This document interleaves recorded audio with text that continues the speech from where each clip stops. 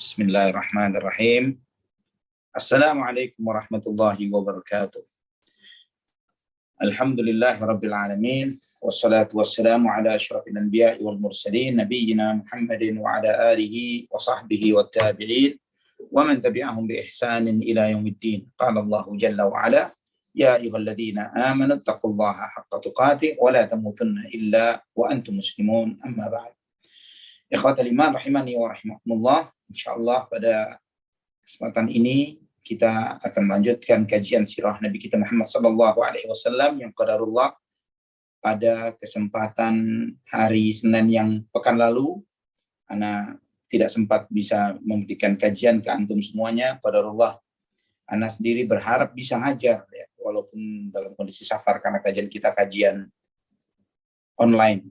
Namun qadarullah pada saat itu ana sedang di Kapadokia dan sore hari di sana, jam 4 sore, masih ada beberapa aktivitas kegiatan dan selisih jam antara sana dan sini 4 jam, jadi jam 4 sore di sana, jam 8 di sini, dan anak masih di lapangan, di jalan yang tidak memungkinkan untuk bisa ngajar. Qadarullah masya'afa'al. Dan alhamdulillah, walaupun dalam kondisi sedang di karantina di salah satu hotel di Jakarta, di daerah Menteng sini, alhamdulillah Allah Subhanahu wa taala memberikan kesempatan kepada kita untuk melanjutkan kajian kita dari sirah Nabi kita Muhammad sallallahu alaihi wa ala alihi wa sahbihi wasallam. Ikhwatal iman rahimani wa rahimakumullah. Di kesempatan kajian ini insyaallah kita akan membahas tentang pembangunan Masjid Nabi kita Muhammad sallallahu alaihi wasallam sebagai fase awal dari apa yang dilakukan oleh Nabi kita Muhammad sallallahu alaihi wasallam ketika beliau sallallahu alaihi wasallam memasuki kota Madinah. Ikhwatal iman rahimani wa rahimakumullah. Sebagaimana kita telah bahas pada kesempatan sebelumnya, ketika Nabi sallallahu alaihi wasallam memasuki kota Madinah dan beliau tinggal di rumah siapa? Abu Ayyub Al-Ansari radhiyallahu anhu. Di rumah Abu Ayyub Al-Ansari radhiyallahu anhu ini selama prosesi pembangunan Masjid Nabi sallallahu alaihi wasallam. Bagaimana unta Rasulullah sallallahu alaihi wasallam yang dibiarkan berjalan ya sampai berhenti di salah satu tempat penanaman kurma atau penjemuran kurma milik Sahal dan Suhaid, dua anak yatim dari Bani Najjar, yang mereka ini adalah dua anak yatim yang di bawah asuhan As'ad bin Zurarah radhiyallahu anhu. Ikhwatal iman rahimani wa rahimakumullah. Kita melihat bagaimana Nabi kita Muhammad sallallahu alaihi wasallam memulai menata sebuah peradaban, menata sebuah negara. Beliau sallallahu alaihi wasallam sedang memulai sebuah daulah, sebuah negara baru, sebuah negara yang sedang beliau sallallahu alaihi wasallam siapkan pondasinya. Bagaimana kita melihat Nabi sallallahu alaihi wasallam memproklamirkan kemerdekaan dan kejayaan, titik awal kejayaan dari dinul Islam ini.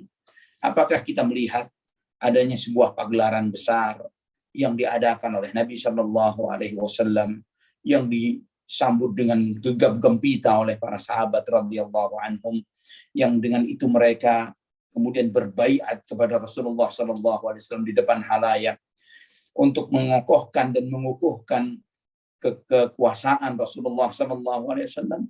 Dan kita tahu bahwa Nabi kita Muhammad sallallahu alaihi wasallam tidak pernah mengharapkan kekuasaan. Karena hal itu pernah ditawarkan kepada beliau ketika di Makkah. Dan Nabi sallallahu alaihi wasallam menolak tawaran itu. Juga kita melihat ikhwatal iman rahimani wa rahimakumullah. Kita tidak melihat parade persenjataan, parade tentara, pasukan bersenjata, berkuda dan yang lain sebagainya yang menyambut Nabi Shallallahu Alaihi Wasallam untuk menunjukkan otoritas beliau Shallallahu Alaihi Wasallam di hadapan yang lainnya. Ya, walaupun kita mengetahui bahwa Aus dan Khazraj radhiyallahu anhum al-Ansar, mereka ini adalah orang-orang yang jago-jago di dalam peperangan. Namun itu tidak dilihat dan tidak ditunjukkan karena Nabi Shallallahu Alaihi Wasallam tidak ingin menunjukkan dirinya, tidak ingin memposisikan dirinya sebagai seseorang yang disanjung dan dimuliakan dan ditinggikan, ditakuti oleh manusia. Bukan seperti itu Nabi kita Muhammad sallallahu alaihi wasallam. Dan apakah Nabi sallallahu alaihi wasallam memberlakukan pajak? ya, membuat aturan-aturan pajak sekian ini itu dan yang lain sebagainya. Tidak seperti itu pula Nabi kita Muhammad sallallahu alaihi wasallam.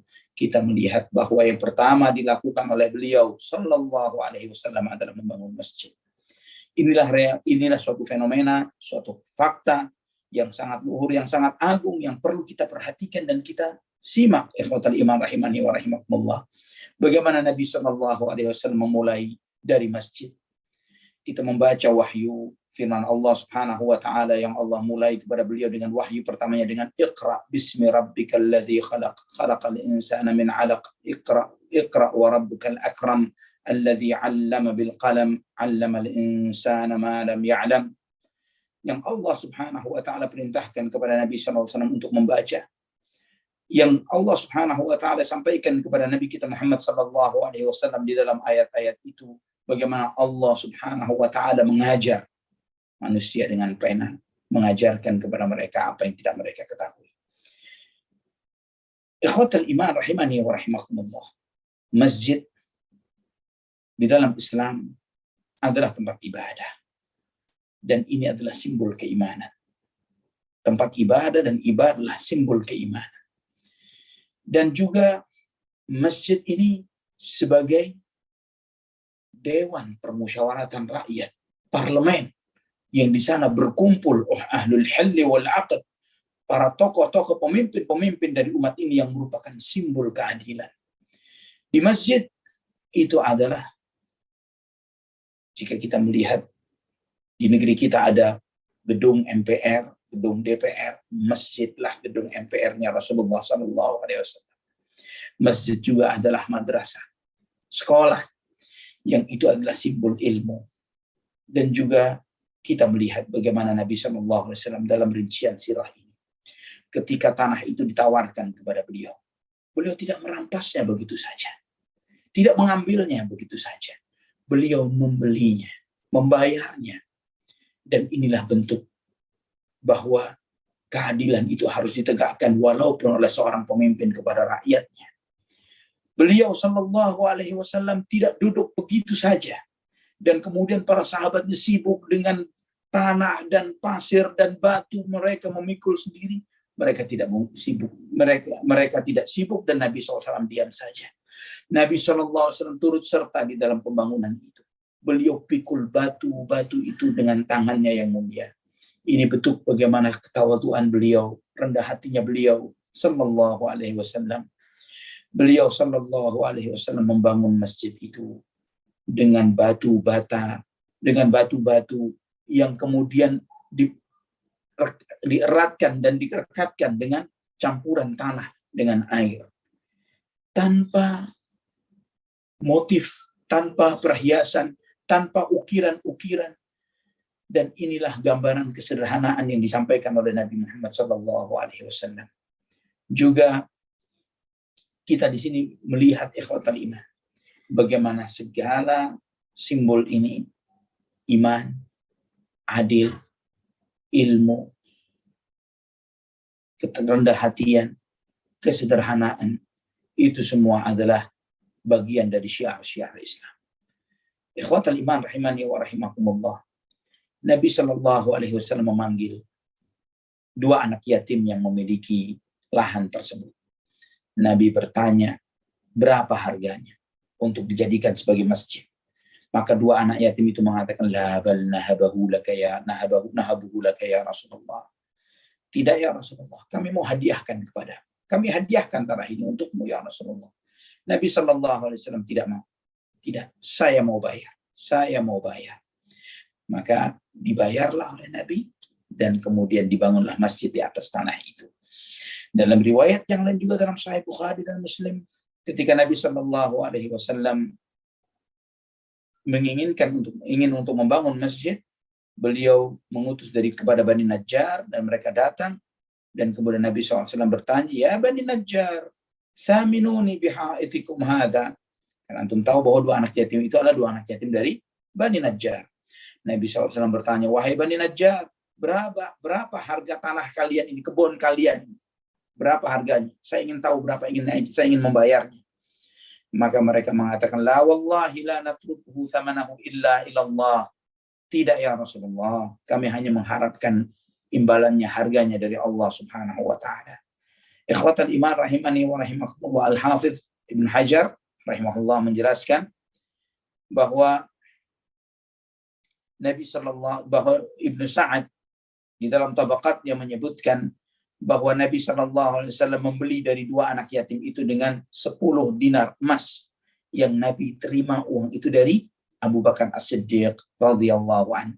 Dan Bani Najjar mengatakan bahwa ini tidak dibayar. Dan beliau kemudian mengatakan, kata Ibnu Hajar rahimahullah, bahwa Nabi Shallallahu Alaihi Wasallam bertanya kepada Bani Najjar dan membayar kepada dua anak yatim itu karena sebagian dari Bani Najjar mengikhlaskan sebagian dari tanah itu karena sebagian adalah milik mereka. Adapun milik dua anak yatim itu dibayar oleh Nabi Shallallahu Alaihi Wasallam. Ikhwatal iman rahimani wa rahimakumullah. Bagaimana sholatnya Nabi Shallallahu Alaihi Wasallam selama prosesi pembangunan Masjid Nabawi ini? Nabi Shallallahu Alaihi Wasallam sholat, ketika masuk waktu sholat, beliau sholat di tempat berteduhnya kambing. Tempat berteduhnya kambing, tetap marabidil ghanam. Sebagaimana disebut oleh Imam An-Nawawi rahimahullah di dalam syarah Muslim, bahwa tempat berteduh dan mojoknya kambing ketika panas, ya, disitulah Nabi Shallallahu Alaihi Wasallam, karena banyak sekali hadis-hadis yang menyebutkan bahwa di tempat itu ada keberkahan. Dan ini juga di antara hujjah dan dalil yang disebutkan oleh para fuqaha, oleh para ulama, bahwa setiap makanan, setiap binatang yang halal dikonsumsi, maka kotorannya tidak najis. Pahami ya ikhwatal iman? Setiap binatang yang binatang tersebut halal untuk dikonsumsi, maka kotoran binatang itu tidak najis. Seperti kambing, sapi, ayam. Karena halal dikonsumsi, maka kotorannya tidak najis untuk kita. Ya, wallahu a'lam bishawab.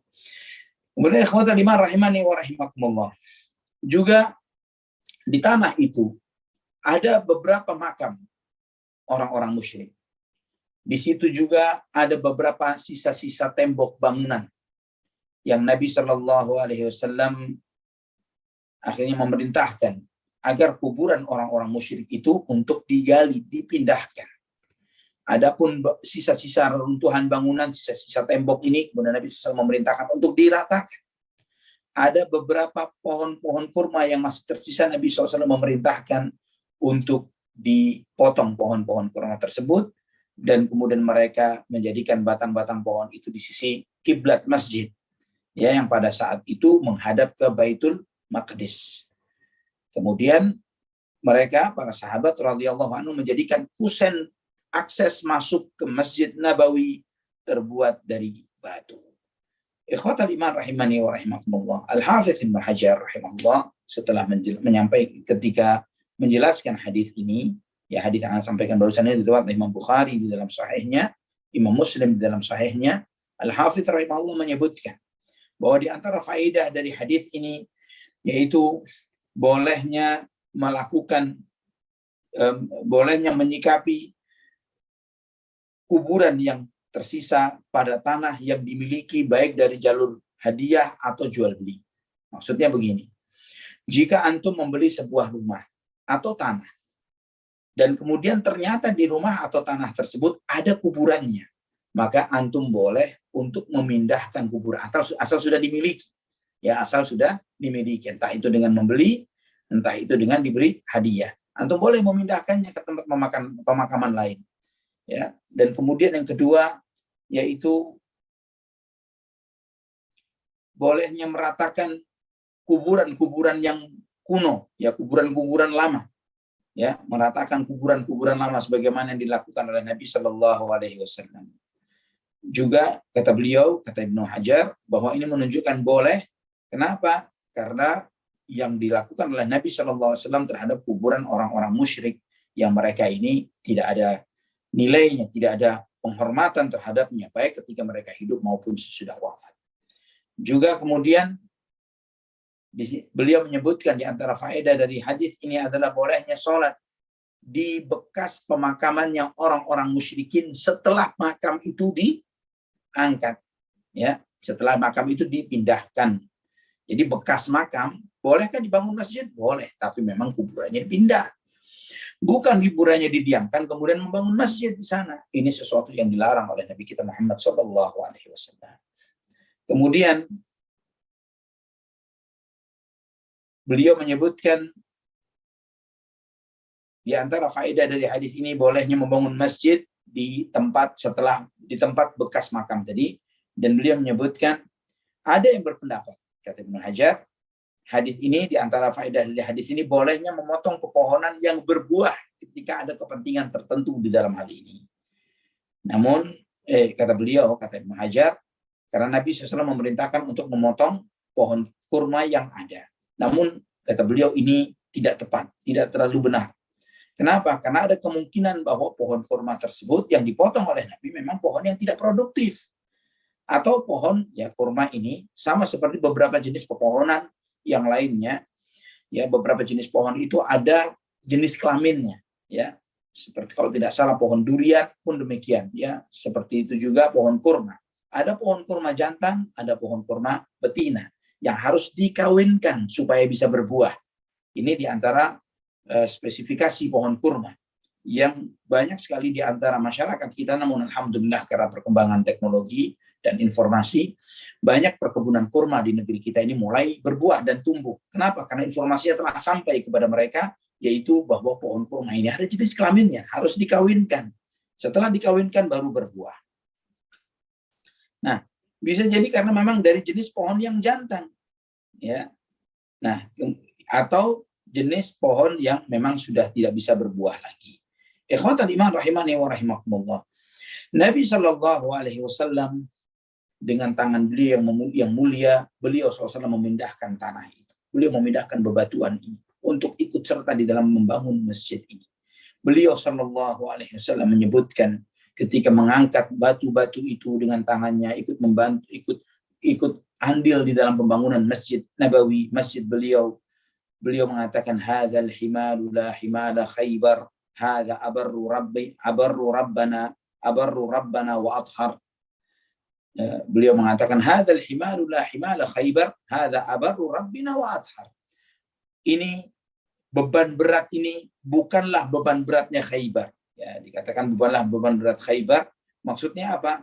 Bahwa Khaybar ini, ikhwatul iman rahimani wa rahimakumullah, biasanya para pedagang, mereka ini barang bawaan dari Khaybar itu berisi kurma, kismis, zaitun, dan yang lain sebagainya. Barang-barang bernilai, barang-barang berharga, madu, dan lain sebagainya.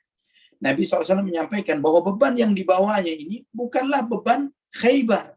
Bukanlah barang-barang yang bernilai itu. Apakah maksudnya itu menunjukkan bahwa itu lebih murah atau lebih rendah? Hadza abarru rabbina wa athhar. Ini lebih baik di mata Tuhan kami dan lebih suci. Ini lebih mulia. Juga Nabi SAW bersabda sambil membantu para sahabat ikut serta membangun ini, Allahumma innal ajra ajrul akhirah farhamil ansara wal muhajirah. Ya Allah, sesungguhnya pahala itu adalah pahala di akhirat. Maka rahmatilah ansar dan muhajirin. Ya Allah, pahala itu adalah pahala akhirat. Ini meyakinkan kepada kita ya ikhwatal iman bahwa amal itu harus ikhlas karena Allah. Amal itu tidak mengharapkan kompensasi dunia. Banyak sekali di antara umat Islam yang tertipu, baik tertipu terhadap dirinya sendiri atau tertipu kepada sebagian dai atau sebagian ustadz, yang mereka gampang memberikan iming-iming duniawi terhadap amalan akhirat, dan ini batil, ini salah. Ya, setiap kebaikan itu sebagaimana sabda Nabi SAW, Allahumma innal ajra ajrul akhirah. Ya Allah, pahala itu pahala akhirat, bukan pahala dunia, bukan pahala dunia. Ikhwatal iman rahimani wa rahimakumullah. Ketika para sahabat melihat bagaimana semangatnya Rasulullah SAW membangun masjid ini, mereka salah seorang di antara mereka mengatakan, la in qa'atna wan nabiyyu ya'malu la dzaka minnal amalul mudallalu. Andai kata kita duduk dan Nabi beramal, andai kata kita duduk sedangkan Nabi berbuat, demi Allah itu adalah suatu perbuatan yang tersesat. Dan kemudian sambil mereka bekerja, sambil mereka membangun bebatuan Masjid Nabawi ini, mereka mengatakan, Allahumma la khaira illa khairul akhirah fansuril ansara wal muhajirah. Ya Allah, tidak ada kebaikan kecuali kebaikan akhirat. Ya Allah, tidak ada kebaikan kecuali kebaikan akhirat. Maka berilah pertolongan ya Allah kepada Ansar dan Muhajirin. Ini yang ada, iman yang ada di hati para sahabat radhiyallahu anhum. Setiap kebaikan yang mereka impikan, demikian pula yang diiming-iming, yang dijanjikan oleh Nabi SAW kepada mereka. Sebagaimana kita telah mengkajinya pada saat Bai'atul Aqabah yang pertama dan yang kedua, ketika para sahabat Ansar bertanya, ya Rasulullah, ketika kami korbankan semuanya, ketika kami korbankan harta kami korbankan semuanya ya Rasulullah, kami melawan orang-orang tua kami dan yang lain sebagainya, apa kompensasinya untuk kami? Nabi SAW menyampaikan, lakumul jannah, untuk kalian surga. Nabi SAW tidak menjanjikan dunia, kamu akan nanti begini, kalian akan jadi penguasa, kalian akan mendapatkan ini, kamu kamu sedekah motor nanti dapat mobil dan lain sebagainya. Tidak ada janji seperti itu dari Nabi kita Muhammad SAW. Bagi kalian surga. Itu janji Nabi kita Muhammad SAW. Setelah mereka mengucapkan Allahumma la khaira illa khairul akhirati fansuril ansara wal muhajirah, apa jawaban Nabi SAW? Beliau SAW menyampaikan Allahumma la khaira illa khairul akhirah faghfir lil ansari wal muhajirah. Ya Allah, tidak ada kebaikan kecuali kebaikan akhirat. Ya Allah, ampunilah kaum muhajirin dan ansar. Semua riwayat ini ada di dalam Sahih Bukhari. Ada di dalam Sahih Bukhari. Dan juga dalam Sahih Muslim. Juga dalam Musnad Imam Ahmad. Subhanallah ya ikhwatal iman. Inilah generasi awal kita, Nabi kita Muhammad sallallahu alaihi wasallam, dan bagaimana kemuliaan para muhajirin dan ansar radhiyallahu anhum, dan bagaimana betapa besar doa-doa yang dipanjatkan oleh Nabi kita Muhammad sallallahu alaihi wasallam untuk mereka. Doa ampunan, doa maghfirah, doa rahmat, doa kemenangan yang Allah janjikan untuk mereka. Ikhwatal iman rahimani wa rahimakumullah. Nabi sallallahu alaihi wasallam di samping beliau membangun masjid beliau ini, beliau memperhatikan para sahabatnya. Siapa yang memiliki skill yang cekatan di dalam membangun ini. Beliau memberikan motivasi kepada mereka yang memiliki skill yang spesifik, yang cekatan ketika memasang bebatuan, ya, kemudian menyambungnya dengan semen, ya, untuk memudahkan antum untuk memahami. Pada saat itu tidak ada semen, tapi campuran tanah ini dengan air menjadikan itu menjadi sesuatu yang sangat lengket dan mudah untuk melengketkan satu batu dengan batu yang lainnya. Ya, supaya untuk memudahkan, untuk menjelaskan ke antum, Anda bahasakan dengan semen. Dalam Musnad Imam Ahmad dan Ibnu Hibban di dalam sahihnya dengan sanad yang hasan dari Talq bin Ali al-Yamami al-Hanafi. Talq bin Ali al-Yamami al-Hanafi radhiyallahu anhu. Beliau mengatakan bahwa beliau mendatangi Nabi SAW dan para sahabatnya yang sedang membangun masjid. Dan kemudian beliau ikut serta membangun. Dan Talq bin Ali ini radhiyallahu an, seorang tukang yang handal, yang pandai radhiyallahu an. Beliau memiliki skill yang cukup bagus. Beliau memiliki sebuah alat, ya, seperti para tukang yang terbuat dari besi begitu, ya. Beliau mengambil adukan semen ini, menaruhnya di atas batu dan menaruh batu di atasnya dan kemudian meratakannya dengan begitu cekatan dan cepatnya. Radhiyallahu anhu arda. Nabi SAW melihat hal ini. Nabi melihat bagaimana cekatannya pekerjaan Talq radhiyallahu anhu. Kemudian Nabi SAW bersabda, Da'ul hanafiyya wat-tin fa innahu adbatukum lit-tin. Biarkan dia yang bagian menyemen. Ya, karena dia yang paling pandai di antara kalian di dalam menyemen tembok ini. Nabi SAW menyampaikan hal itu, dan hadis ini dalam Musnad Imam Ahmad. Dalam riwayat yang lain dalam Musnad Imam Ahmad dan Ibnu Hibban juga dengan sanad yang hasan, Nabi SAW bersabda, Qaddimul yamamiyya minat tin fa innahu ahsanukum lahu massa wa asaddukum min kaba wa ashaddukum min kaba. Biarlah bagian yang menyemen ini adalah si Yamami ini, kata Nabi SAW, karena dia yang paling bagus sentuhannya, yang paling bagus pekerjaannya, dan yang paling kuat di dalam mengangkat batu satu dengan meratakan satu batu dengan yang lainnya. Maka Ali bin Abu Thalib radhiyallahu anhu beliau mengatakan, la yastawi man ya'murul masajida yad'abu fiha qa'iman wa qa'ida wa man yura 'anit turabi haida. Ali bin Abu Thalib radhiyallahu mengatakan tidak sama orang yang memakmurkan masjid, yang mereka ini melakukan ibadah berdiri dan duduk, ya, melaksanakan ibadah, sholat dan yang lain sebagainya, dan kemudian dia juga, namun dia terjauh dari tanah, ya, dia tidak ikut serta di dalam membangun masjid tersebut. Ikhwatal iman rahimani wa rahimakumullah, inilah para sahabat radhiyallahu anhum di dalam membangun Masjid Nabawi. Dia tidak membiarkan, beliau sallallahu alaihi wasallam tidak membiarkan para sahabat dia bekerja sendiri atau meng-hire tukang begitu saja. Namun Nabi sallallahu alaihi wasallam turut kotor tangannya, turut lelah dan letih. Demikian pula para sahabat radhiyallahu anhum di dalam membangun Masjid Nabawi sallallahu alaihi wa alihi wasallam. Ikhwatal iman rahimani wa rahimakumullah. Para sahabat, mereka ini mengangkat batu demi batu sesuai dengan kemampuannya.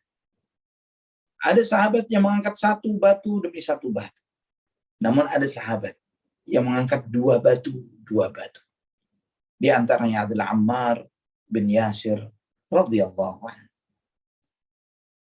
Dan Ibnu Hajar sampai menyebutkan bagaimana semangatnya Ammar radhiyallahu anhu dalam membangun masjid ini dengan mengangkat dua batu setiap angkatan, menyebutkan bahwa bolehnya membebani diri dengan pekerjaan yang memberatkan diri selama pekerjaan itu adalah pekerjaan kebaikan dan kebajikan.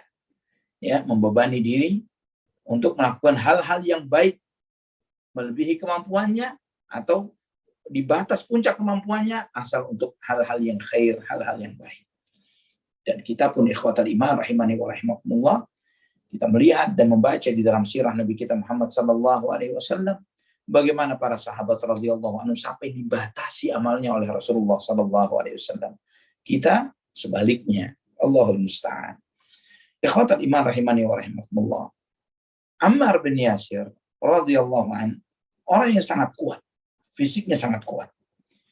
Nabi sallallahu alaihi wasallam melihat bagaimana semangat Ammar bin Yasir yang mengangkat batu ini dengan fisiknya ini, diangkatnya sendiri, dipikulnya sendiri, sampai Nabi SAW melihat kepala Ammar ini penuh dengan tanah. Nabi SAW kemudian mendatangi Ammar, mengusap kepala Ammar ini dari tanah yang ada di kepalanya Ammar. Dan Nabi SAW bertanya kepada Ammar, ya Ammar, ala tahmilu ma yahmilu ashabuk. Ya Ammar, kenapa kamu tidak memikul sebagaimana para sahabatmu yang lain? Satu-satu saja, jangan dua-dua. Kemudian jawaban Ammar bin Yasir radhiyallahu anhu, beliau mengatakan, inni uridul ajra minallah. Aku mengharapkan pahala dari Allah ya Rasulullah. Kemudian Nabi sallallahu alaihi wasallam bersabda, Ibnu Sumayyah, linnasi ajrun wa laka ajran, wa akhiru zadika syurbatun min laban, wa taqtuluka al-fi'atul baghiyah. Wahai putri Sumayyah, ibunya Ammar radhiyallahu an adalah Sumayyah radhiyallahu anha, wanita yang pertama kali mati syahid di dalam Islam. Nabi SAW bersabda kepada Ammar, wahai putri Sumayyah, masing-masing manusia ini mendapatkan satu pahala, untukmu dua pahala. Nanti bekalmu terakhir, jatahmu terakhir di kehidupan dunia ini, kamu akan minum seteguk susu sebelum kamu mati. Dan kamu nanti akan dibunuh oleh kelompok yang keluar. Dibunuh oleh kelompok yang keluar dari ketaatan. Hadis ini disebutkan oleh Al-Hafidz Ibnu Katsir rahimahullah di dalam Al-Bidayah wan Nihayah, dan beliau mengatakan hadis ini sahih sesuai dengan syarat Bukhari dan Muslim. Juga Ibnu Katsir mengatakan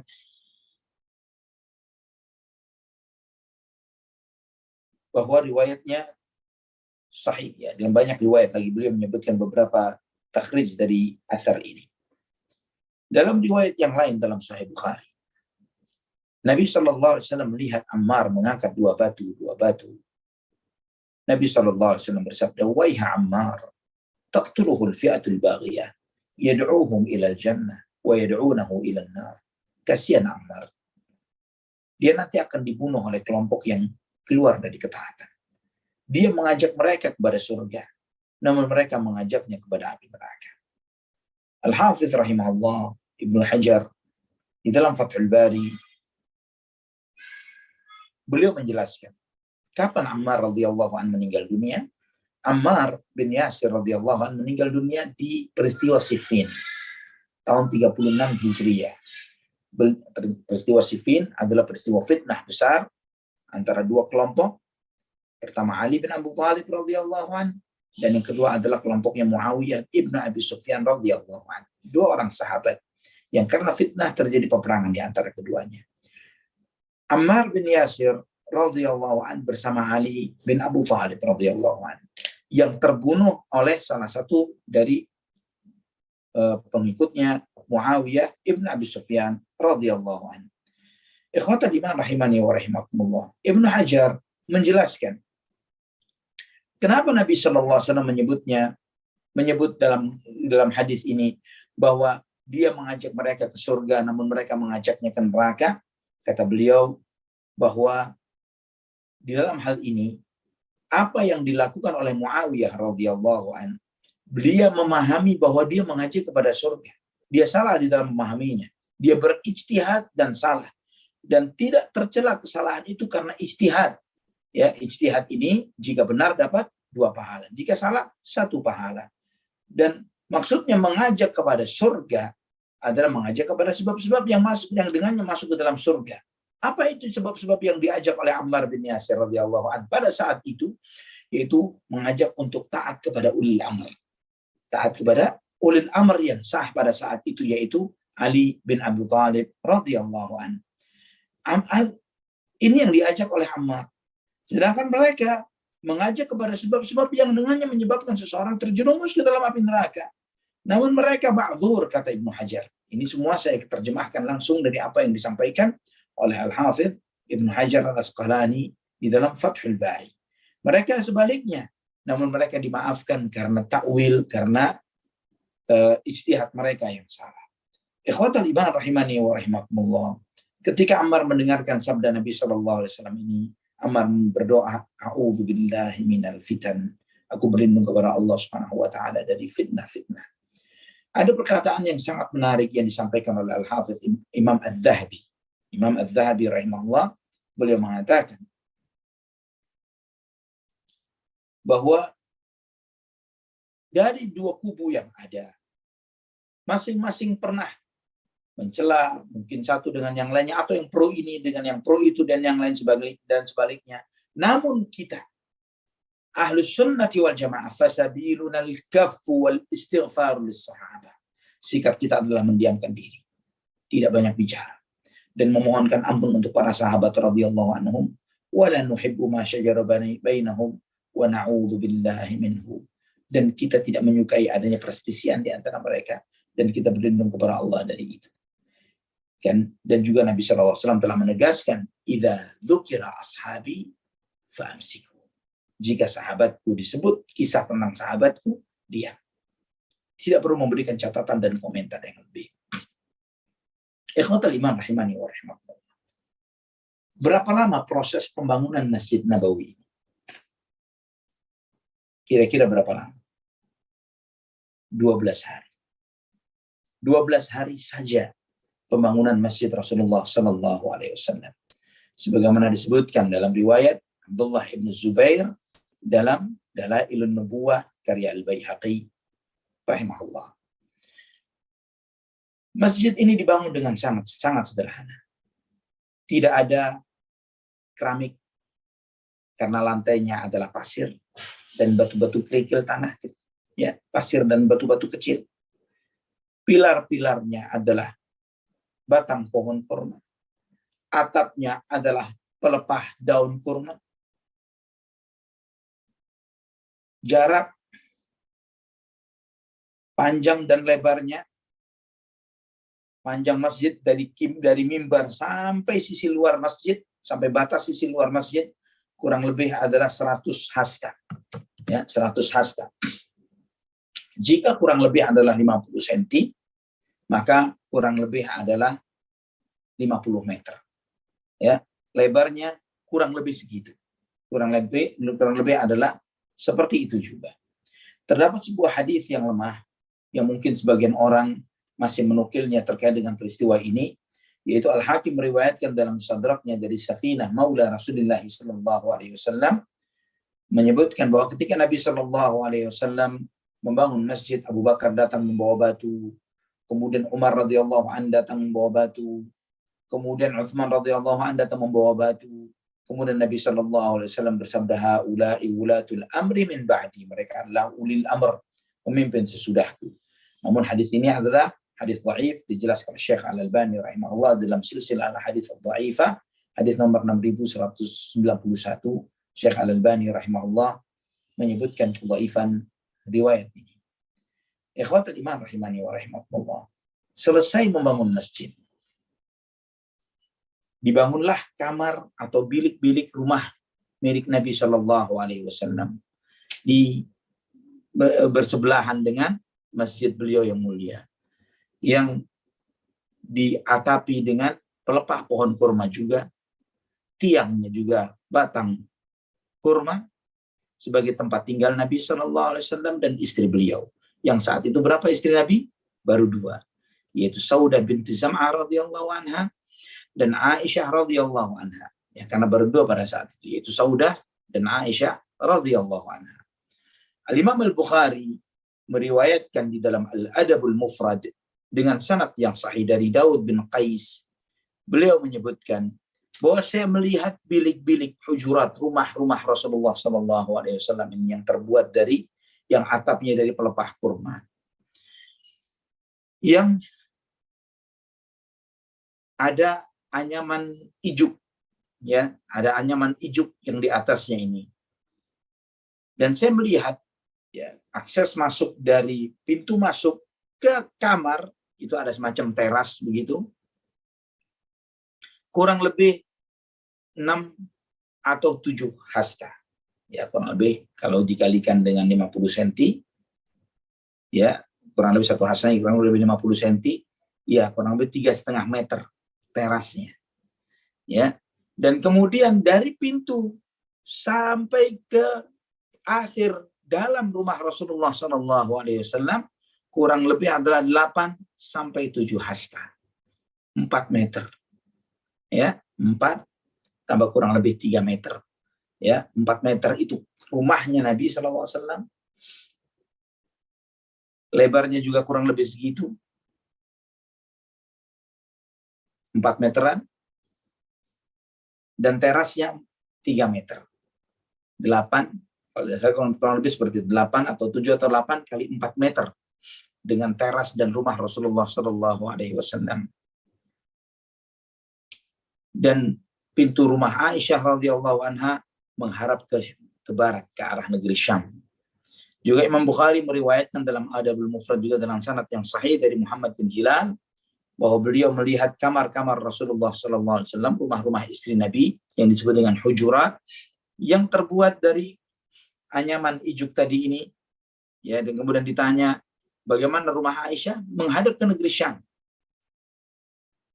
Ya, dan kemudian ditanya pintu rumah Rasulullah SAW. 2 pintu misra'ain atau 1 pintu saja rumah Nabi SAW. Dijawab 1 pintu saja. Dari apa? Dari kayu. Ya, dari 1 jenis kayu, min ar'arin ausaj. Ya, dari 1 kayu, 1 pintu kayu. Itu rumah Nabi SAW. Rumah Nabi SAW tidak memiliki plafon yang tinggi.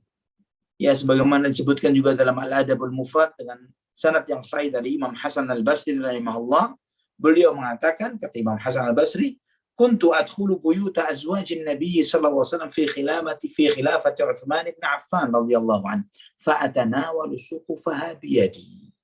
Kata Hasan Al-Basri rahimahullah, saya pernah masuk ke rumah-rumah istri-istri Nabi sallallahu alaihi wasallam dan di masa pemerintahan Utsman bin Affan, dan saya bisa memegang plafon rumah beliau sallallahu alaihi wasallam. Namun ini ukurannya Hasan Al-Basri. Imam Hasan Al-Basri ini sosoknya tinggi. Ya, tinggi di atas rata-rata, kurang lebih tinggi beliau hampir 2 meter. Ya, kurang lebih tinggi beliau hampir 2 meter. Sebagaimana disebut oleh Al-Hafidz Ibnu Katsir rahimahullah bahwa Imam Hasan Al-Basri itu orangnya tinggi dan besar. Sebagaimana disebut oleh Al-Hafidz Ibnu Katsir dalam Al-Bidayah wan Nihayah.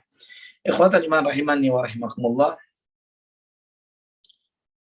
Setelah wafatnya istri-istri Nabi, kamar-kamar ini dilebur, dijadikan satu dengan masjid Rasulullah sallallahu alaihi wasallam. Ikhwatal iman rahimani wa rahimakumullah. Masjid itu terus seperti itu. Di masa Rasulullah SAW, masjid Nabi seperti itu. Kurang lebih ukuran 50 kali 50 meter seperti itu. Sampai penuhnya manusia. Ketika masjid sudah mulai sempit, ya, ketika selesainya peristiwa Khaybar, maka Nabi Shallallahu Alaihi Wasallam kemudian melihat ada tanah ekstra, tanah lebih di luar masjid itu, tapi milik seseorang, yang Nabi kemudian menawarkan kepada para sahabatnya, siapa yang mau membeli tanah itu dan disedekahkan, diwakafkan untuk masjid Nabi Shallallahu Alaihi Wasallam, maka dia akan mendapatkan surga. Maka tanah itu dibeli oleh Utsman ibn Affan radhiyallahu an dengan 20.000 atau 25.000. Sebagaimana disebutkan dalam Musnad Imam Ahmad dengan sanad yang sahih dari Abu Salamah ibn Abdurrahman, beliau menyebutkan bahwa pernah sekali waktu Utsman bin Affan keluar wahwa mahsur, ya, dalam kondisi beliau lagi dikepung, ya, ketika dia akhir-akhir hayatnya beliau sedang dikepung, beliau mengatakan, ansyudu billahi man syahida Rasulullah sallallahu alaihi wasallam qala man yuwassi' lana bi hadzal baiti fil masjid bi baitin lahu fil jannah. Aku bertanya kepada kalian, siapa di antara kalian yang menjadi saksi ketika Nabi sallallahu alaihi wasallam bersabda, barang siapa yang memperluas masjid ini, barang siapa yang memperluas masjid ini, maka aku menjanjikan baginya satu rumah baginya di surga. Maka aku pun membeli tanah itu dengan hartaku dan aku memperluas masjid ini, kata Utsman ibn Affan radhiyallahu anhu. Ikhwatal iman rahimani wa rahimakumullah. Di dalam riwayat Ibnu Hibban dalam sahihnya dengan sanad yang hasan, Al-Ahnaf bin Qais menyebutkan bahwa Utsman bin Affan bertanya, anshudukum billahi alladzi la ilaha illahu ata'lamuna anna Rasulullah sallallahu alaihi wasallam qala man ibta'a mirbada bani fulanin ghafarallahu lah. Aku bertanya atas nama Allah kepada kalian semuanya, apakah kalian tahu bahwa Nabi sallallahu alaihi wasallam bersabda, barang siapa yang membeli tanahnya si fulan maka Allah akan mengampuninya. Maka aku membelinya dengan 20.000 atau 25.000. Aku mendatangi Nabi sallallahu alaihi wasallam dan aku berkata kepada Rasulullah SAW, aku sudah membelinya ya Rasulullah. Maka Nabi sallallahu alaihi wasallam pun bersabda, ij'alhu fi masjidina fa ajruhu lak. Jadikan itu sebagai bagian dari masjid kita wahai Utsman, dan pahalanya adalah untukmu. Allahu akbar. Radhiyallahu anis sahabah. Abu Bakar As-Siddiq yang membeli tanah 2 anak yatim itu, dan ini Utsman untuk perluasan masjid ini. Raghmi ma karihuhu ar-rawafid. Sebenci apapun kaum Syiah, bagaimana mereka mau membenci Abu Bakar wa Umar wa Utsman, sedangkan mereka yang memiliki peran besar di dalam pembangunan Masjid Nabi sallallahu alaihi wasallam. Apakah mereka membenci untuk mendatangi Masjid Nabawi? Mereka masih mengharapkan untuk datang ke masjid itu walaupun mereka tidak menghargai siapa yang berperan besar di dalam membangun masjid ini. Di dalam Jami' At-Tirmidzi dan An-Nasa'i dengan sanad yang hasan dari Thumamah ibn Hazm Al-Qushairi, beliau menyebutkan bahwa Utsman ibn Affan radhiyallahu anhu, beliau mengatakan, anshudukumullah al-Islam, hal ta'lamun anna al-masjid dhaqqa bi ahlihi. Aku bertanya kepada kalian, bukankah kalian tahu dulu masjid ini pernah sempit? Kemudian Nabi sallallahu alaihi wasallam bertanya, man yashtari buq'ata ali fulanin fayaziduha fil masjid bi khairin lahu minha fil jannah. Barang siapa yang membeli tanah milik si fulan ini dan kemudian memasukkan tanah itu ke dalam masjid, maka dia akan Allah ganti dengan yang lebih baik baginya di surga. Fashtaraytuha min sulbi mali. Kata Utsman bin Affan, aku beli dengan seluruh harta yang aku punya. Dibeli oleh Utsman dengan semua hartanya. Radhiyallahu anis sahabah, radhiyallahu an Utsman bin Affan wa an sa'iri sahabati radhiyallahu anhum ajma'in. Kemudian ikhwatal iman rahimani wa rahimakumullah, masjid itu diperluas di masa Nabi SAW setelah peristiwa Khaybar. Kemudian di masa Abu Bakar radhiyallahu an tidak menambahkan sedikit pun, tidak melakukan perluasan. Sampai di masa Abu Bakar Umar bin Khattab radhiyallahu an, Umar radhiyallahu anhu melakukan perluasan masjid, menambah luas masjid itu. Diberikan bangunan sebagaimana bangunan di masa Rasulullah SAW. Dibuat dari batu, tanah, pelepah kurma, tiang-tiangnya dari kayu, seperti di masa Rasulullah SAW. Umar radhiyallahu anhu melarang untuk menghiasi masjid, ya, tidak, supaya masjid itu tidak diberi ornamen-ornamen, atribut-atribut dan yang lain sebagainya, karena itu akan memalingkan orang dari melaksanakan sholatnya.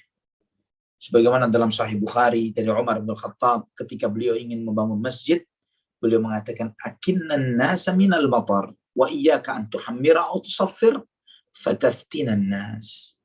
Lindungilah manusia dari hujan, jauhi warna merah dan kuning, jangan dikasih warna-warni, karena itu menyibukkan manusia dari sholat mereka. Maka antum melihat dari masjid yang sederhana ini, ikhwatal iman, muncullah manusia-manusia yang mereka ini dengan kesederhanaannya, dengan masjid beralaskan tanah, dengan tiang-tiang yang terbuat dari pelepah, dari batang pohon kurma, atap dari pelepah kurma, tapi tidak ada sholat yang mereka lakukan yang ditolak oleh Allah Subhanahu wa taala. Tidak ada doa yang mereka panjatkan yang ditolak oleh Allah. Semuanya doa mustajab. Kita melihat kepada diri kita, kepada masjid-masjid kita saat ini, dengan segala kemewahan yang ada, siapa di antara kita yang khusyuk sholatnya? Dan itu yang pernah disampaikan oleh Nabi Shallallahu Alaihi Wasallam. Kamu nanti akan melihat di akhir zaman, sekelompok orang datang sebuah masjid yang begitu megah dan mewahnya masjid itu, namun kamu tidak mendapati seorang pun yang khusyuk di dalam melaksanakan sholat. Di masa Utsman ibn Affan radhiyallahu an, Utsman radhiyallahu an membangun masjid ini. Beliau merubah yang di masa Umar tiang-tiangnya dibuat dari batang pohon kurma, di masa Utsman diubah dengan batang dari tiang-tiang dibuat dari kayu, dari batu, dibuat dari batu. Dan kemudian beliau membuat atapnya ini dari kayu. Atapnya ditutup dengan kayu yang rapat, yang kuat. Tiang-tiangnya dibuat dari batu. Ini di masa Utsman radhiyallahu anhu. Ibnu Katsir rahimahullah, beliau menyebutkan bahwa apa yang dilakukan oleh Utsman ibn Affan radhiyallahu anhu, beliau memahami dari apa yang beliau pahami dari sabda Rasulullah sallallahu alaihi wasallam. Man bana lillahi masjidan kamifhasi qatatin aw asghar banallahu lahu baitan fil jannah. Barang siapa yang membangun masjid seukuran sarang burung atau lebih kecil dari itu, Allah akan bangunkan untuknya satu rumah di surga. Para sahabat yang bersama Utsman radhiyallahu an pada saat itu pun memahami sebagaimana apa yang dipahami oleh Utsman, dan mereka membiarkan bangunan itu apa adanya sebagaimana apa yang dilakukan oleh Utsman, yaitu para sahabat yang sesudahnya, termasuk dalam hal ini adalah Ali ibnu Abi Thalib radhiyallahu anhu. Nah, ini yang dipahami oleh para sahabat radhiyallahu anhum di dalam nas-nas, dalam riwayat-riwayat bagaimana membangun masjid Nabi Shallallahu Alaihi Wasallam. Dan para ulama menegaskan bahwa hukum keutamaan Masjid Nabawi ini berlaku terhadap bangunan lama dan termasuk perluasannya. Ya, kalau antum bertanya, keutamaan 1000 kali sholat di Masjid Nabawi, apakah itu hanya berlaku untuk masjid yang dibangun oleh Nabi SAW saja dan tidak termasuk dalam konteks ini adalah bangunan baru yang ada, bangunan perluasan? Jawabannya berlaku terhadap semua perluasan ini. Sebagaimana hal itu dijelaskan oleh Al-Hafidh Ibnu Katsir rahimahullahu ta'ala di dalam Al-Bidayatu wan Nihayah. Termasuk juga keutamaan syaddur rihal, melakukan kesungguhan bersafar untuk mendatangi 3 masjid itu, tetap berlaku terkait dengan tambahan-tambahan yang ditambahkan dari 2 bangunan masjid besar ini, Masjidil Haram, Masjid Nabawi, dan termasuk juga Masjidil Aqsa. Ikhwatal iman rahimani wa rahimakumullah. Masjid di dalam Islam bukan sekedar tempat untuk melaksanakan sholat. Masjid ini adalah universitas. Masjid ini di mana kaum muslimin mempelajari nilai-nilai Islam, ajaran-ajaran Islam. Masjid ini adalah forum persatuan, ya, forum yang di mana semua unsur suku bangsa yang mereka sebelumnya memiliki perselisihan dan perbedaan satu dengan yang lainnya, bahkan berperang satu dengan yang lainnya, mereka berdiri dengan rapat satu dengan yang lainnya, menghadapkan kiblat, menghadap kepada kiblat yang sama, sholat dengan sholat yang sama, berdiri dan rukuk dan sujud bersama. Ini diantara keutamaan Islam, keutamaan masjid bagi kaum muslimin. Ikhwatal iman rahimani wa rahimakumullah. Masjid adalah pusat manajemen di dalam banyak hal. Pusat ketetapan-ketetapan damai dan jihad yang dilakukan oleh kaum muslimin sebelum ini. Masjid tempat musyawarah, persatuan, dan bagaimana mereka para sahabat radhiyallahu anhum membuat majelis-majelis antara mereka satu dengan yang lainnya untuk mengambil keputusan terkait urusan negara maupun yang lainnya. Dan ikhwatul iman rahimani wa rahimakumullah, juga di saat yang bersamaan, masjid di masa Nabi Shallallahu Alaihi Wasallam adalah rumah bagi para fuqaranya muhajirin, rumah bagi para fuqaranya muhajirin yang mereka ini hijrah dari tempat yang jauh dari Mekah atau yang lainnya, dan mereka datang ke kota Madinah. Mereka tidak membawa bekal apapun, tidak memiliki apapun. Mereka tinggal di mana? Tinggal di masjid. Tidak ada harta, tidak ada keluarga, tidak ada bekal, dan mereka tinggal di masjid Nabi Shallallahu Alaihi Wasallam. Dan sering Nabi Shallallahu Alaihi Wasallam menemui mereka, duduk bersama mereka, menenteramkan hati mereka. Dan mereka ini yang biasa disebut dengan Ahlus Suffah. Suffah ini nama tempat pojokan yang ada di masjid Nabi Shallallahu Alaihi Wasallam. Ya, tempat yang berteduh di masjid Nabi Shallallahu Alaihi Wasallam, yang tinggal di sana para fuqara dari kalangan muhajirin, ya, dari kalangan muhajirin yang mereka hijrah ini. Kadang banyak, bisa sampai 200-an orang, kadang berkurang karena mereka ini sudah mapan, mulai mapan hidupnya, atau karena mereka ini berangkat jihad fisabilillah, atau mereka ditugasi untuk mengajar Al-Quran, mengajar Islam, dan yang lain sebagainya. Ya, di antara orang yang terbaik dari kalangan Ahlus Suffah adalah Abdurrahman bin Auf radhiyallahu anhu, termasuk Ahlus Suffah. Dan ini pelajaran bagi kita ikhwatal iman rahimani wa rahimakumullah. Banyak masjid kita saat ini tidak welcome bagi para musafir. Ya, ana sedih sekali, pernah sekali ada seorang muslim, dia menyampaikan, Ustadz, antum tahu kalau ana melakukan suatu perjalanan safar dan ingin bermalam, ini wallahu alam sahihan omongan ini, tapi jika itu benar tambah membuat hati menjadi sedih. Dia mengatakan bahwa kalau saya ingin bermalam, Ustaz, saya malah bukan mencari masjid, karena masjid tidak boleh tidur di masjid. Itu yang berlaku. Ya, tidak ada tempat. Mereka mengira bahwa masjid itu akan mengotori masjid, membuat rendah martabat masjid. Menurut mungkin takmir masjid adalah seperti itu. Terus kemana? Ente tidur di mana? Karena cari gereja, Ustaz. Muslim nih. Dia cari gereja. Di sana, Ustaz, ada bilik, ada tempat yang disediakan untuk anak-anak, disediakan bantal, dikasih air panas, mau bikin teh, mau bikin kopi, disediakan tempat. Ya Allah, ini harusnya umat Islam.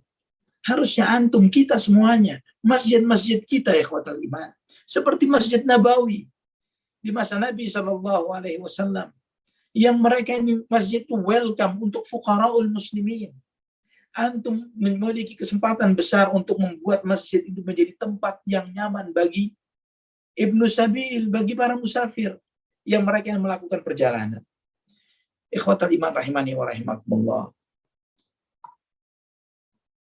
Hanya beberapa hari masjid itu dibangun dengan sangat sederhana.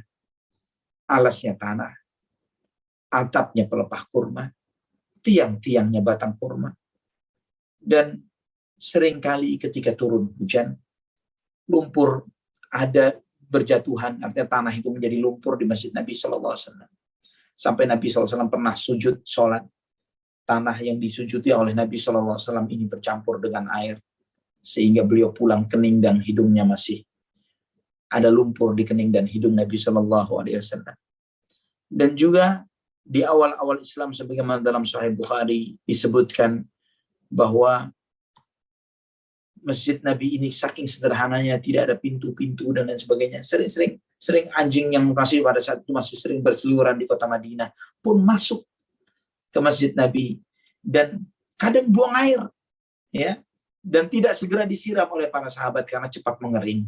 Ya, karena ketika cepat mengering dan tidak ada bekasnya, maka ketika misalnya satu tempat, misalnya antum memiliki karpet atau sejadah begitu ya, terkena kencing anak antum misalnya, dan antum tidak segera membersihkannya, tidak segera dicuci dan lain sebagainya. Kemudian ketika ingin dibersihkan, ingat dan ingin dibersihkan, kemudian tidak ada jejak najis, maka karpet itu suci. Asal dengan tidak ada jejak najis. Beda jika masih ada jejak najis, ada warna, ada bau, ya, itu masih najis. Namun ketika dicari, kok nggak ada? Kan padahal ingat loh, 2 atau 3 hari yang lalu, si fulan, anak kita, misalnya anak fulan, salah seorang dari anak antum, kemudian dia buang air kecil di situ misalnya. Tapi dicari-cari bekasnya nggak ada. Dicium-cium nggak ada baunya. Apakah mas karpet atau alas itu adalah suci? Benar, suci. Ya, walaupun tidak diapa-apakan. Allah alam besar. Bangunan yang sederhana ini, ikhwatal iman, antum melihat bagaimana di dalam bangunan itu melahirkan malaikat-malaikat dalam sosok manusia. Guru-guru yang mengajar kepada pembesar-pembesar yang paling sombong di muka bumi, mereka tundukkan dari masjid yang sederhana ini, yang mereka akan menjadi raja-raja di akhirat. Ikhwatal iman rahimani wa rahimakumullah. Masjid adalah kumpulnya masyarakat kaum muslimin. Di sana sudah tidak ada lagi dibedakan jabatan, harta, gaji, warna dan ras, dan yang lain sebagainya.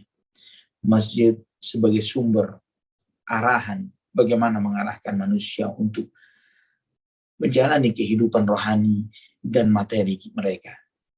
Masjid ini tempat untuk ibadah, madrasah menuntut ilmu, tempat untuk memperbaiki akhlak, adab, dan perilaku.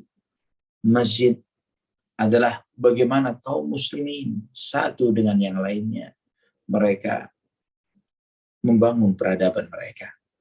Wallahu ta'ala ala wa alim bisawab. Barakallahu fiikum. Masih lanjut materinya tentang hal ini, tapi insya Allah di pertemuan yang akan datang. Baik, insya Allah, masya Allah. Tadi cerita yang terakhir sangat sedih sekali Ustaz ya, dan sempat ya mungkin ada yang anak juga ada menemukan masjid yang pengurus DKM itu feodal gitu Allah ya, sampai ya di hardik gitu ya, orang yang untuk beristirahat saja di hardik gitu, yang bersafar apalagi gitu ya, ini bukan penginapan dan sebagainya gitu ya. Ya mungkin karena kefakiran terhadap ilmunya juga, atau mungkin dari ustaz-ustaz yang mengisi ceramahnya tidak menyampaikan fungsi masjid itu seperti apa yang sebenarnya gitu ya. Allahu musta'an. Baik. Nah. Baik, alhamdulillah ini Ustaz ada pertanyaan. Di sini kita sudah memasuki sesi 2. Ini ada pertanyaan. Ini mungkin ada sedikit urgent pertanyaannya Ustaz ya. Memang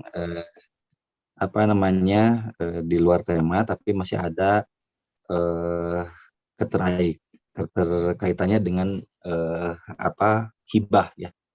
Bismillahirrahmanirrahim. Assalamualaikum warahmatullahi wabarakatuh. Semoga Ustaz dan keluarga selalu dalam lindungan Allah. Amin. Subhanahu wa ta'ala. Barakallahu fikum untuk Ustaz, keluarga, dan tim pekerja mengaji. Amin ya rabbal alamin. Ana mau bertanya Ustaz. Ayah Ana rahimahullah punya 6 anak. Terdiri dari 3 anak laki-laki dan 3 anak perempuan. Qadarullah, 2 anak laki-laki sudah dihibahkan masing-masing satu rumah sebelum ayah meninggal, dan telah ditempati lama juga oleh kedua anak laki-lakinya tersebut. Sedangkan 4 anak sisanya belum sempat mendapat serah terima hibah semasa ayah hidup. Namun, ayah rahimahullah sebelum meninggal sudah menghibahkan harta yang dimilikinya secara lisan dan berusaha untuk membagi-bagi harta tersebut dalam kurung dengan mengukur tanahnya untuk masing-masing sampai membetulkan pembayaran pajaknya agar dapat dibuat sertifikatnya untuk masing-masing untuk dihibahkan kepada anak-anaknya. Namun hanya sampai di situ dan belum ada serah terima kepada penerima hibah. Harta yang ingin dihibahkan saat itu adalah rumah yang ditempati ayah rahimahullah dan ibu. Sampai sekarang rumah masih ditempati oleh ibu. Qadarullah ayah meninggal terlebih dahulu, kemudian belum sempat mengurus sampai selesai proses pembuatan sertifikat, sehingga belum terjadi serah terima kepada penerima hibah. Yang ingin saya tanyakan, apakah hibah tersebut batal dan berlaku secara syariat hukum waris untuk seluruh 6 anaknya? Itu artinya 2 anak laki-laki yang terlebih dahulu menerima serah terima hibah rumah akan mendapatkan pembagian kembali, tapi kali ini pembagiannya adalah dari waris, ya. Dalam kurung 2 anak laki tersebut artinya telah menerima hibah dan akan mendapatkan waris. Apakah demikian, Ustaz? Demikian pertanyaannya. Jazakumullahu khairan. Semoga Ustaz dan tim selalu diberi kesehatan dan perlindungan oleh Allah. Amin ya rabbal alamin. Barakallahu fikum. Barakallah. Bismillah, salatu wassalamu ala Rasulillah wa ala alihi wa sahbihi wa man wala. Terkait dengan pertanyaan yang disampaikan tadi, wallahu alam, dari apa yang Anda pahami terkait tentang fikih hibah. Pertama, ketika hibah itu diberikan oleh orang tua kepada anaknya, harusnya akad itu, hibah itu diberikan secara fair dan adil, ya, diberikan secara fair dan adil kepada seluruh anaknya. Karena Nabi SAW menyebutkan bahwa ketika ada sebagian anak dan bagian yang lain yang tidak menerima, itu disebut sebagai sebuah kezaliman, kata Nabi SAW. Wa inni la asyhadu 'alal jur, dan aku tidak mau bersaksi terhadap sebuah kezaliman. Ini yang pertama. Kemudian yang kedua, hibah itu diberikan ketika orang tua ini masih sehat, ya, dalam kondisi sehat, bukan dalam konteks dia sedang sakit, apalagi sakit menjelang wafatnya. Karena ketika sakit menjelang wafatnya, maka hadiah atau hibah itu bukan dibagi, tidak sah, ya, dan tidak menjadi bagian dari hibah, tapi berubah menjadi tidak berlaku hibahnya, dan itu adalah waris, bagian dari waris. Wallahu a'lam bishawab. Kemudian yang ketiga adalah hibah ini akadnya harus clear, harus jelas, disampaikan, saya hibahkan atau saya hadiahkan. Jika masih niat dan belum ada ikrar atau akad yang disampaikan, dan yang bersangkutan wafat dan meninggal dunia, maka akadnya tidak sah, tidak terjadi hibah, ya, tidak terjadi hibah ketika belum ada ikrar akad serah terima. Walaupun bahkan secara lisan mungkin sudah disampaikan, dijanjikan gitu misalnya, tapi sebelum ada serah terima, namun kemudian yang sang pemberi wafat meninggal dunia, maka akad itu tidak bisa ditagihkan. Ya, dengan wafatnya sang calon pemberi hibah, maka dengan demikian batalah niat tersebut. Wallahu a'lam bishawab. Ini beberapa usul dasar dalam hal yang ditanyakan. Jika karena belum tidak memahami secara mendetail dari kasus yang terjadi, kapan harta hibah itu diberikan? Jika diberikan dalam kondisi sehat walafiat, namun dan ketika sehat itu ketika memberi hibah, ke-6 anak ini semuanya ada, kenapa yang 2 saja yang diberi, kenapa yang 4 tidak, gitu misalnya, ya. Wallahu a'lam bishawab. Dengan pemahaman yang terbatas yang Anda miliki terkait akan hal ini, yang pertama, hibah itu harus dibagi rata, ya, untuk menghilangkan faktor kezaliman yang terjadi, yang dikhawatirkan terjadi karena memberi kepada sebagian anak dan tidak memberi kepada sebagian yang lain. Jadi yang 2 ini, hibah yang sudah menerima, mereka hibah ini dibagi serata sejumlah 6 anak yang ada.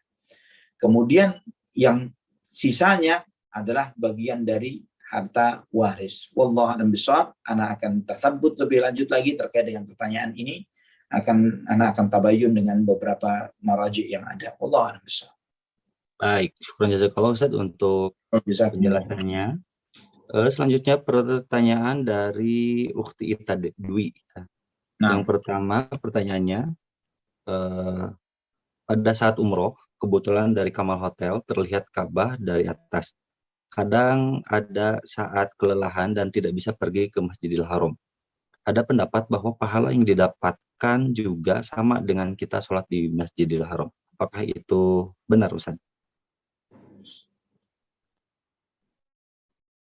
Yang benar adalah di dalam perluasan masjidnya, bukan di areal haramnya. Allah alam bisawab. Jadi ketika antum sholat di masjid, bangunan masjid itu dapat keutamaan. Bukan di mallnya kemudian dapat keutamaan. Ya, seperti sebagian yang melaksanakan sholat misalnya di mall, kecuali kalau memang di mall itu dalam konteksnya shop yang di depan memang sudah penuh. Namun yang kita dan antum pahami, yang selama ini terjadi, seringkali shop-shop depan itu masih bisa diisi, namun karena kemalasan sebagian jamaah, mereka melaksanakan sholat di tempat mereka berdiri pada saat itu. Ya, mereka malas untuk berjejak ke masjid, maka mereka menggelar sejadah begitu saja atau tanpa menggelar sejadah sholat di tempat mereka berdiri dengan beberapa orang yang ada di kanan kiri mereka, sedangkan di depannya banyak soft kosong yang ada. Soft terputus dikhawatirkan tidak sah sholatnya. Wallahu a'lam bishawab. Baik. Selanjutnya pertanyaannya, bila kita dalam perjalanan kemudian singgah di masjid-masjid yang kebanyakan bukan masjid sunnah, apakah afdol bila kita berinfak di sana, di masjid tersebut? Demikian saya pertanyaan, jazakallahu khairan. Nah, wa fikum barakallah. Ikhwatal iman rahimani wa rahimakumullah. Antum boleh berinfak di masjid-masjid tersebut. Itu boleh saja. Karena niat antum adalah untuk memakmurkan masjid-masjid ini. Secara umum, wallahu a'lamu bishawab, ana melihat masjid-masjid ini adalah masjid ahlus sunnah wal jamaah, bukanlah masjid ahlul bid'ah. Karena secara umum masyarakat awam yang melakukan bid'ah ini mereka melakukannya karena keawamannya. Dan bid'ah pun yang mereka lakukan lebih kepada sifat yang bersifat amaliyah, dan itu spesifik amaliyah. Ya, mereka bukan Syiah, Rafidhah yang meringkas sholat 5 waktu jadi cuma 3, melakukan mut'ah. Ya secara umum, mana berkata secara umum masjid yang ada yang kita lewati dan kita temui di masyarakat kita. Mereka adalah masjid-masjid ahlus sunnah wal jamaah, bukan masjid-masjid ahlul bid'ah. Maka antum boleh bersedekah kepada mereka dengan husnudzan bahwa apa yang antum berikan adalah untuk keberlangsungan kemakmuran masjid-masjid tersebut dalam segala operasional kebersihannya, kemakmuran masjid itu dan yang lain sebagainya. Ya, pahami bahwa di antara dasar usul ahlus sunnah wal jamaah di dalam menentukan siapa ahlus sunnah dan siapa ahlul bid'ah, tidak semua pelaku bid'ah diklaim sebagai ahlul bid'ah. Sebagaimana ini beberapa kali Ana kutipkan dan Ana sampaikan. Wallahu a'lam bishawab. Baik. Alhamdulillah, terima kasih penjelasannya Ustaz. Selanjutnya pertanyaan dari Pak Hairus di Melaka, Malaysia. Assalamualaikum ya Ustaz.